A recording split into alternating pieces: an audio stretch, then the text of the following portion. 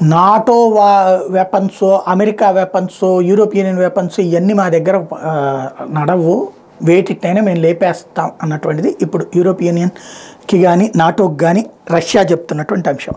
తాజాగా నాటోకి సంబంధించిన వెపన్స్ ఏమేమి ధ్వంసం చేసింది, యూరోపియన్ యూనియన్కి సంబంధించినటువంటి వెపన్స్, అమెరికా ఇచ్చిన వెపన్స్ని వేటేటిని ధ్వంసం చేసింది అన్నట్టు రష్యా ఒక వీడియోతో పాటుగా ఆ ఆధారాలని రిలీజ్ చేసి, ఎందుకంటే ప్రపంచ ఆయుధ ల్యాబీలు రెండింటి మధ్యనే కేంద్రీకృతమైనాయి ఇంతకాలం కూడా, అమెరికా రష్యా మధ్యనే.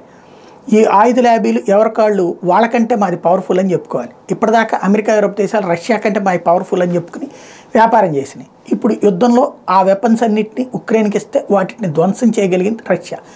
ఆ వీడియోలు చూపెట్టి అమెరికా యూరోపియన్ యూనియన్ వాళ్ళ వెపన్స్, రష్యా వెపన్స్ ముందు బతుకు బస్ స్టాండ్ అయిపోయినాయి కాబట్టి మాదే పవర్ఫుల్ అని చెప్పడం ద్వారా రష్యన్ ఆయుధ ల్యాబీ చేస్తున్నటువంటి బిజినెస్ టాక్టిక్స్కి రష్యా అధ్యక్షుడు పుతిన్ తోడ్పాటును అందించి వాటిని మేము ధ్వంసం చేశామని చెప్పుకొచ్చాడు ఆయన.